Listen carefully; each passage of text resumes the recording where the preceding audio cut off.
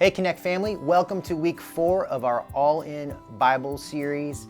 Our theme and the idea that we're talking about today is how we want to go all in to stand boldly and not look back. We're going to be talking about Moses and the Red Sea. Yeah, and this week's big idea is God calls us to make bold decisions that He can use to change the world. Change the what?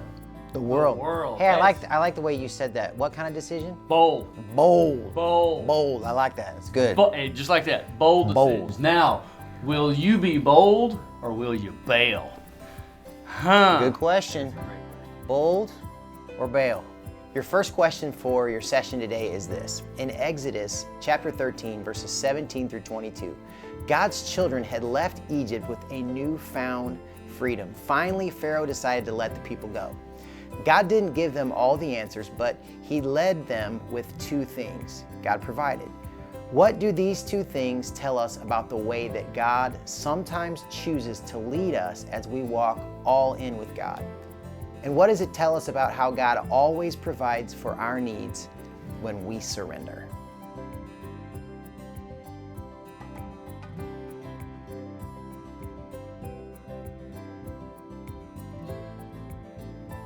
Question 2 for this week. Read Exodus 14, 10 through 14.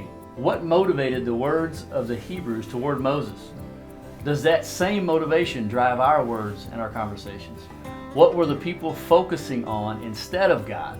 How did Moses' all-in response reveal his true faith in God? Now, how should we respond when doubt, worry, and panic surround us? So we want you guys to take a little bit of time and analyze how the Hebrews responded toward Moses after they realized that they were in trouble. Think about, why did they say what they said? I mean, they were all about following Moses until things got difficult. So what do you think motivated it? And don't you think that the reason that they were motivated that way is maybe they took their focus off of God and put it on something else? So talk about what they may have been focusing on. And then, lastly, think about Moses' response. What did you think about Moses' response, Brian? They stayed faithful. Yeah. I mean, that's pretty awesome. Mm-hmm. I mean, it just goes to show. And as you see that scripture, you'll see they're in a tight spot. Just like we've all been in some tight spots. But, you know, what do? He's called us to stay faithful. Because you know what? He's always going to be faithful to us. Mm-hmm. Right on. So when we find ourselves surrounded by panic and anxiety and all these things, how are we to respond? I mean, this is a very real issue I think all of us have. So take some time and really think about these questions and how you can apply them to your life.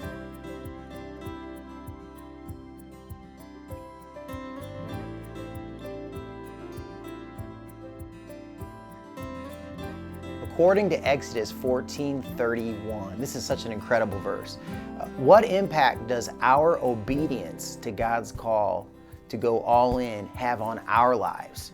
What's the impact? And then what's the impact on our families? What about the resources that we have, our possessions? And how might it impact the people around us? What do you think, Brian? Man, I tell you what, far too often we don't even realize how impactful our lives are. Of course with our families, because we're within the same walls, but also with possessions, with the people around us. Everybody we come in contact with, it's huge, the impact that we have. And like we've mentioned prior, the fact of us being stewards of everything that we have so that we can use that to impact people for Christ. You know, that's the reason He's allowed us to do these things. And I know you did a sermon series recently. We talked about those friends that we have being impactful to them, influencing others. Man, going all in, it will impact not only us, our families, everyone we come in contact with. Absolutely. Let's take a little bit of time and talk about it.